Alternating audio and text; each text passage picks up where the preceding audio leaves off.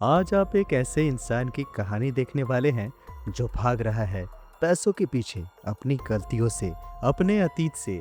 लेकिन उसे नहीं पता कि वो जितना आगे बढ़ रहा है उतना ही एक अनदेखी सच्चाई के करीब पहुंच रहा है।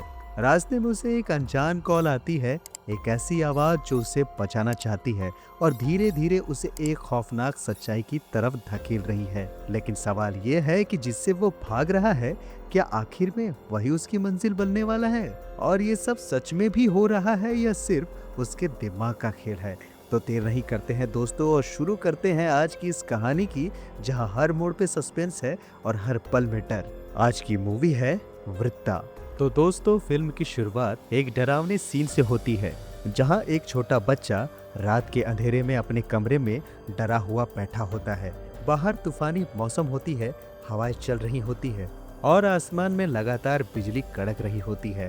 डर के मारे बच्चा बिस्तर से उठ के भागने लगता है, लेकिन अचानक वो सीधे एक गहरे पानी में गिर जाता है। पानी के अंदर वो बेचैनी से हाथ पांव मारता है, जैसे अपनी जान बचाने की कोशिश कर रहा हो, और तभी सीन कट हो जाता है। इसके बाद कहानी सिद्धार्थ पे शिफ्ट होती है, जो एक बार में बैठा हुआ होता है।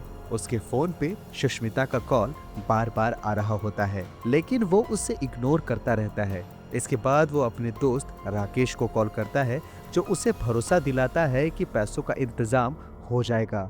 बार से निकलने के बाद सिद्धार्थ अपनी कार ड्राइव करने लगता है और तभी उसके पापा का कॉल आता है, लेकिन वो उसे भी इग्नोर कर देता है। इसी दौरान राकेश का दोबारा कॉल आता है और वो बताता है कि सिद्धार्थ को तुरंत बेंगलुरु से पुष्पागिरी के लिए निकलना होगा, क्योंकि जनार्दन अंकल उसे 30 लाख देने को तैयार हो गए हैं, वो भी सिर्फ 4% ब्याज पे। हालांकि इसके लिए जमीन के कागज गिरवी रखने होंगे। यहाँ हमें समझ आता है कि सिद्धार्थ एक अच्छी फैमिली से जरूर है, लेकिन खुद कुछ नहीं करता और इस समय 30 लाख के कर्ज में डूबा हुआ है, जिसे उसे जल्दी से जल्दी चुकाना है। रास्ते में ड्राइव करते समय एक आदमी उसकी गाड़ी रोकने की कोशिश करता है और बताता है कि आगे एक्सीडेंट हुआ है और कुछ लोग घायल हैं, जिन्हें अस्पताल ले जाना है। लेकिन सिद्धार्थ बिना रुके आगे बढ़ जाता है, जिससे उसके कैरेक्टर की एक झलक मिलती है कि वो दूसरों की परवाह नहीं करता। थोड़ी दूर जाने के बाद वो सुष्मिता का कॉल उठा लेता है, जो उससे पूछती है कि वो उससे आखिर इग्नोर क्यों कर रहा है।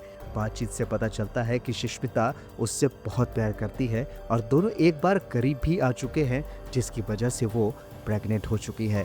सुष्मिता चाहती है कि सिद्धार्थ उसे अपनाए, उसके साथ जीवन बिताए और बच्चे को स्वीकार करे, लेकिन सिद्धार्थ इस रिश्ते को सिर्फ एक गलती मानता है और किसी भी तरह की कमिटमेंट के लिए तैयार नहीं है। कॉल कट करने के बाद वो गाड़ी रोकता है और बॉक्स से एक शादी का कार्ड निकालता है, जिस पे लिखा होता है प्रिया वेड्स रिची।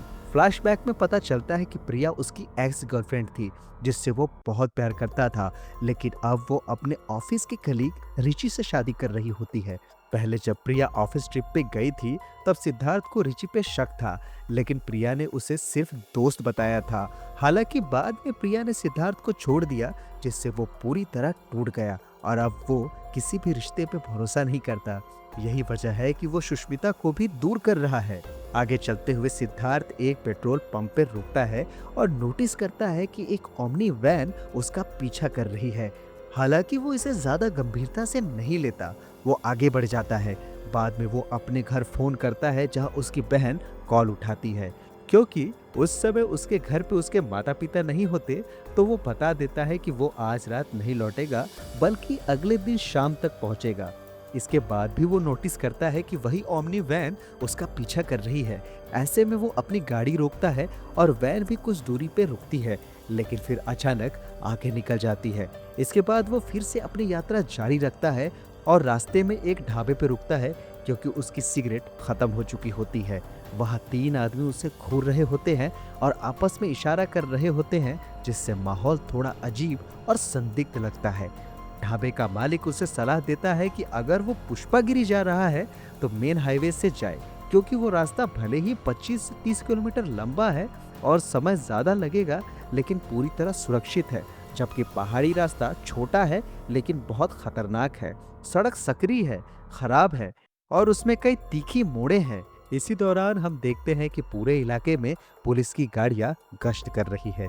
इसके बाद सिद्धार्थ को यहाँ एक आदमी का बार बार कॉल आ रहा होता है, जिसका नंबर उसने अपने फोन में बास्टर्ड के नाम से सेव कर रखा होता है। आखिरकार वो कॉल उठाता है और दूसरी तरफ से वो आदमी उसे धमकाता है कि अगर सिद्धार्थ ने उसके 30 लाख कल तक वापस नहीं किए तो वो उसके परिवार को नुकसान पहुंचाएगा। इस बात पे दोनों के बीच कहासुनी हो जाती है और सिद्धार्थ को ये भी पता चलता है कि उस आदमी के लोग उसके घर के आसपास ही मौजूद है। ऐसे में सिद्धार्थ उसे आश्वासन देता है कि कल शाम तक उसे पूरे पैसे लौटा देगा और फिलहाल उसे डिस्टर्ब ना किया जाए और उसके परिवार से दूर रहा जाए। कॉल कट होते ही सिद्धार्थ तुरंत अपने घर पे फोन करता है, जहां उसकी बहन कॉल उठाती है। वो बताती है कि कुछ देर पहले 2 लोग आए थे जो खुद को सिद्धार्थ का दोस्त बता रहे थे। हालांकि वो सिर्फ चाय पी के चले गए। यह सुनते ही सिद्धार्थ घबरा जाता है और अपनी बहन को सख्त हिदायत देता है कि दरवाजे लॉक कर ले और किसी अजनबी को अंदर ना आने दे। यह एक अजीब बात भी थी कि देर रात हो चुकी थी, लेकिन उसके माता पिता अब तक घर नहीं लौटे थे। इसके बाद सिद्धार्थ अपनी यात्रा जारी रखता है और जल्दी पैसे लाने के चक्कर में वो शॉर्टकट पहाड़ी रास्ता चुन लेता है। इसी दौरान कुछ फ्लैशबैक दिखाए जाते हैं जिनमें सिद्धार्थ का बचपन सामने आता है। बचपन में वो स्कूल में अक्सर बुली किया जाता था और कई बार उसे अंधेरे बाथरूम में बंद कर दिया जाता था, जिसके कारण उसे अंधेरे से डर लगने लगा था। यहीं से ये भी क्लियर हो जाता है कि फिल्म की शुरुआत में जो डरा हुआ बच्चा दिखाया गया था वो कोई और नहीं बल्कि खुद सिद्धार्थ था। जैसे जैसे वो बड़ा हुआ उसने जिंदगी में कुछ खास नहीं किया और प्रिया के छोड़ के जाने के बाद तो वो और भी बिगड़ गया। नशे करने लगा, देर तक सोता रहता और उसके पिता उसे हमेशा ताना मारते रहते थे। हालांकि उसकी माँ उससे अब भी बहुत प्यार करती थी और उसे सपोर्ट करती थी। इसी ट्रिप वाली सुबह उसकी माँ ने उसे बताया था कि उसने नया मोबाइल नंबर लिया है, जो कि पुराना नंबर काम नहीं कर रहा था और सिद्धार्थ से कहा था कि वो ये नया नंबर सेव कर ले। साथ ही उन्होंने ये भी बताया था कि उसे सुबह एक बहुत ही डरावना सपना आया था, लेकिन सिद्धार्थ ने इन बातों को इग्नोर कर दिया और नंबर सेव किए बिना ही घर से निकल गया। वापस प्रेजेंट में सिद्धार्थ को सुष्मिता का फिर से कॉल आता है, जो रो रही होती है। वो सीधे पूछती है कि क्या सिद्धार्थ उससे प्यार करता है। सिद्धार्थ साफ मना कर देता है, जिससे सुष्मिता का दिल टूट जाता है। वो कहती है कि वो इस बच्चे को खुद पालेगी। भले ही सिद्धार्थ उससे प्यार नहीं करता, लेकिन वो हमेशा उससे प्यार करेगी। ये सब सुन के सिद्धार्थ और ज्यादा तनाव में आ जाता है, क्योंकि उसे वैसे ही एक दिन के अंदर 30 लाख का इंतजाम करना था। वो गाड़ी रोक के सिगरेट पीने लगता है और तभी वहाँ पुलिस की एक गाड़ी आ जाती है और उसे पब्लिक प्लेस में स्मोकिंग करने से मना करती है और सड़क पे गाड़ी खड़ा करने के लिए भी टोका जाता है। ऐसे में सिद्धार्थ तुरंत वहाँ से निकल जाता है और नोटिस करता है कि वो ओमनी वैन फिर से आसपास ही घूम रही है। आगे रास्ते में पुलिस ने बैरियर लगाया होता है, जहां एक पुलिस वाला उसकी गाड़ी के डॉक्यूमेंट्स चेक करता है और उसे चेतावनी देता है कि आगे का रास्ता खतरनाक है, इसीलिए ध्यान से गाड़ी चलाए। इसके बाद सिद्धार्थ घाट सेक्शन में एंटर करता है और तभी उसे एक अनजान नंबर से कॉल आता है। कॉल उठाते ही दूसरी तरफ से एक औरत रोती हुई बताती है कि वो अपने बेटे के साथ बेंगलुरु से पुष्पागिरी जा रही थी, लेकिन घाट में उनकी गाड़ी नीचे गिर गई और उन्हें तुरंत मदद चाहिए, नहीं तो वे बच नहीं पाएंगे। पहले तो सिद्धार्थ को ये एक प्रैंक कॉल लगता है, क्योंकि वो खुद भी उसी रूट पे जा रहा होता है और उसे समझ नहीं आता कि वो महिला उसी को क्यों कॉल कर रही है। इस पे महिला बताती है कि उसके फ़ोन की स्क्रीन टूट चुकी है और ठीक से काम नहीं कर रहा है, इसीलिए गलती से किसी भी नंबर पे कॉल लग गया। वो सिद्धार्थ से मदद की गुहार लगाती है और फ़ोन कट ना करने की रिक्वेस्ट करती है। सिद्धार्थ का मन तो नहीं होता कि वो इस झंझट में पड़े, लेकिन महिला की हालत देख के वो मान जाता है और अपनी गाड़ी वापस मोड़ के उस जगह जाता है जहां पहले पुलिस बैरियर लगा था, ताकि पुलिस को इस एक्सीडेंट के बारे में बता सके। लेकिन वहां पहुंचने पर उसे कोई भी पुलिस वाला नहीं मिलता। ऐसे में वो 108 यानी कि एम्बुलेंस को कॉल करता है और घाटी में हुए एक्सीडेंट की जानकारी देता है, जिसमें एक माँ और उसका बेटा घायल है। इस पूरे समय वो महिला का कॉल कट नहीं करता, बल्कि उसे होल्ड पे रख के एम्बुलेंस वालों से बात करता है और फिर अपडेट उसे देता रहता है, यानी वो कॉल स्विच करता रहता है। कुछ देर बाद एम्बुलेंस घाटी में पहुंचती है, लेकिन सिद्धार्थ को खुद नहीं पता होता कि एक्सीडेंट की सही लोकेशन क्या है। इसीलिए वो महिला और एम्बुलेंस के बीच कोऑर्डिनेशन करता है। प्लान ये बनता है कि एम्बुलेंस सायरन बजाते हुए आगे बढ़ेगी और जैसे ही महिला को आवाज सुनाई देगी वो बता देगी, जिससे सही जगह का अंदाजा लगाया जा सके। प्लान के मुताबिक एम्बुलेंस एक ऐसे पॉइंट पर रुकती है जहां महिला को सायरन की आवाज़ सुनाई देती है। लेकिन जब एम्बुलेंस वाले वहां सर्च करते हैं तो उन्हें एक्सीडेंट का कोई निशान नहीं मिलता। न तो सड़क पे कोई मार्क्स होते हैं और न कोई टूटा हुआ बैरियर और न ही कांच के टुकड़े। इससे एम्बुलेंस वालों को शक होता है कि शायद गाड़ी सीधे घाटी में गिर गई होगी। इसीलिए वे डिसाइड करते हैं कि उन्हें सर्च टीम की जरूरत पड़ेगी। वे कहते हैं कि 10-15 मिनट में वे और लोगों को लेके वापस आएंगे और फिर घाटी में उतर के जांच करेंगे। सिद्धार्थ ये बात उस महिला को बता देता है, जिससे उसे थोड़ी राहत मिलती है। लेकिन तभी कॉल कट हो जाती है और चूंकि उसका फोन पहले से खराब था, इसीलिए अब दोबारा संपर्क होना मुश्किल हो जाता है।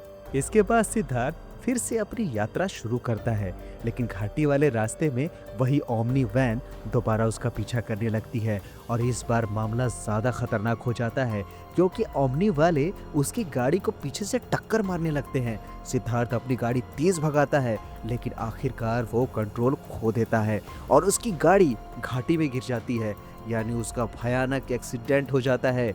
इसके बाद फिर से फ्लैशबैक दिखाए जाते हैं, जहां प्रिया उसे अपनी शादी का कार्ड देने आई थी और उसके जाने के बाद सिद्धार्थ नशे में डूब गया था, जिससे उसकी पूरी जिंदगी बर्बाद हो चुकी थी।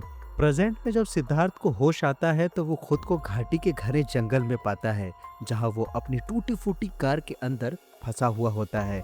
एक्सीडेंट इतना भयानक था कि गाड़ी पूरी तरह से डैमेज हो चुकी होती है और सिद्धार्थ खुद भी गंभीर रूप से घायल हो चुका होता है। उसके फोन में नेटवर्क नहीं होता, इसीलिए वो 108 पे कॉल नहीं कर पा रहा होता है। ऊपर से कार का दरवाजा भी जाम हो चुका होता है, जिससे वो अब बाहर भी निकल नहीं पा रहा होता। मजबूरी में वो पूरी रात उसी गाड़ी के अंदर फंसा रहता है और जब बारिश होती है तो वो किसी तरह उसी बारिश का पानी पी के अपनी प्यास बुझाता है। अगली सुबह वो काफी मशक्कत के बाद कार का दरवाजा खोलने में सफल हो जाता है और बाहर निकलता है। वो बैक सीट और टिक्की तक पहुंचता है, जहां उसे 2 अनजान बैग मिलते हैं जो पूरी तरह पैसों से भरे होते हैं, और ये देखकर वो बिना देर किए उन बैग्स को उठाता है और जंगल के अंदर आगे बढ़ने लगता है ताकि किसी तरह यहाँ से बाहर निकल जाए। वो लंबे समय तक चलता रहता है इस उम्मीद में कि शायद उसे कोई गांव या बस्ती मिल जाए, लेकिन चारों तरफ सिर्फ घना जंगल ही होता है और फोन में भी नेटवर्क नहीं आता। चलते चलते वो एक वाटरफॉल पे पहुंचता है, जहां वो खुद को थोड़ा साफ करता है और फ्रेश होने की कोशिश करता है, लेकिन इसी दौरान ये भी साफ हो जाता है कि उसके पैर में गहरी चोट है, जिससे उसके लिए लंबे समय तक चलना बेहद मुश्किल होगा। रात होने पे वो टहनियाँ इकट्ठा करके आग जलाने की कोशिश करता है, लेकिन लाइटर से आग नहीं जला पाता। इसी दौरान बैकग्राउंड में वॉइस ओवर से बताया जाता है कि उसी रात जब सिद्धार्थ बेंगलुरु से पुष्पागिरी जा रहा था तो कुछ लुटेरों ने एक बैंक को लूटा था और फरार हो गए थे। अब सवाल उठता है कि सिद्धार्थ के पास जो पैसों से भरे बैग है, उनका इस डकैती से क्या संबंध है, लेकिन इसका जवाब मैं आपको आगे दूंगा। फिलहाल सिद्धार्थ को ठंड से बचने के लिए आग की जरूरत होती है। जब वो लाइटर से आग नहीं जला पाता तो मजबूरी में वो पैसों को जलाना शुरू कर देता है ताकि आग पकड़े और उसे थोड़ी गर्मी मिल सके। ये एक बहुत बड़ी आयरनी थी दोस्तों, क्योंकि जो पैसा कल तक उसके लिए सबसे महत्वपूर्ण था, आज वही सिर्फ जलने वाला कागज बन चुका होता है। यहाँ ये साफ हो जाता है कि जिंदगी और रिश्तों के सामने पैसों की कोई कीमत नहीं होती। आगे वो एक बैग के पैसे जला के किसी तरह रात गुजारता है और अगली सुबह फिर से चलना शुरू करता है। कुछ दूरी पे उसके फोन में हल्का नेटवर्क आता है, जिससे उसे सुष्मिता के वॉइस नोट्स मिलते हैं। इन वॉइस नोट्स में सुष्मिता कहती कि सिद्धार्थ की खुशी उसके लिए सबसे ज्यादा मायने रखती है और अगर उसे छोड़ देने से सिद्धार्थ खुश होता है तो वो ऐसा भी कर देगी। वो ये भी मानती है कि वो सिद्धार्थ को उसके पुराने दर्द और धोखे से बाहर नहीं निकाल पाई। ये सब सुनकर सिद्धार्थ को पहली बार एहसास होता है कि सुष्मिता उसे सच्चा प्यार करती है और उसने उसके साथ कितना गलत व्यवहार किया। अब वो उससे माफी मांगना चाहता है, उसके साथ रहना चाहता है, लेकिन वो एक ऐसी जगह फंसा है जहां से निकल पाना मुश्किल है और फोन में भी नेटवर्क नहीं है। वो आगे बढ़ता रहता है, लेकिन भूख, प्यास और चोट के कारण कमजोर होकर गिर जाता है और बेहोश हो जाता है। जब उसे होश आता है तो रात हो चुकी होती है और वो फिर से चलना शुरू करता है। तभी उसे पास में एक टाइगर दिखता है वो चुपचाप छिप जाता है, लेकिन उसी समय जंगली चींटियां उसके पैर पे चढ़ के उसे काटने लगती है। दर्द असहनीय हो जाता है, लेकिन वो चिल्ला नहीं सकता क्योंकि आवाज सुन के टाइगर उसे मार देगा। आखिरकार वो दूर एक पत्थर फेंक देता है, जिसकी आवाज सुन के टाइगर उधर चला जाता है। इसके बाद वो दर्द से चिल्लाते हुए चींटियों को हटाता है और इसी के साथ हमें उसके फ्लैशबैक दिखाए जाते हैं, जहां वो नशे की हालत में भी इसी तरह चिल्लाता था और तड़पता था। बचपन से उसे अंधेरे से बहुत डर लगता था, लेकिन अब उसे उसी अंधेरे जंगल में आगे बढ़ना पड़ रहा है। अगले दिन वो एक नया तरीका अपनाता है और पेड़ों पे पैसे चिपकाने लगता है ताकि उसे याद रहे कि वो किन रास्तों से गुजर चुका है। पूरे दिन भटकने के बाद वो आखिरकार एक ऐसी जगह पहुंचता है जिसे देख के वो टूट जाता है, क्योंकि वो घूम फिर के वापस अपनी एक्सीडेंट हुई कार के पास ही आ गया था। ये देख के उसे लगता है कि अब उसका बचना नामुमकिन है। तभी तेज बारिश शुरू हो जाती है। वो कार के टूटे शीशे से अपनी जान लेने के बारे में सोचने लगता है, लेकिन तभी उसे दूर से दो लोग दिखाई देते हैं जो सर्च और रेस्क्यू टीम के सदस्य होते हैं और एक्सीडेंट वाली गाड़ी को ढूंढ रहे होते हैं। सिद्धार्थ उन्हें आवाज देने की कोशिश करता है, लेकिन अब वो इतना कमजोर हो चुका होता है कि उसके मुंह से आवाज तक नहीं निकलती। वो कई बार कोशिश करता है, लेकिन नाकाम रहता है और अंत में अपने ही कार में गिर जाता है। इस टक्कर से कार का सिक्योरिटी अलार्म बजने लगता है और उसी की आवाज को सुन के रेस्क्यू टीम वहां पहुंचती है और उसे बचा लेती है। इसके बाद सीन अस्पताल में शिफ्ट होता है, जहां सिद्धार्थ को होश आता है और सुष्मिता उसकी देखभाल कर रही होती है।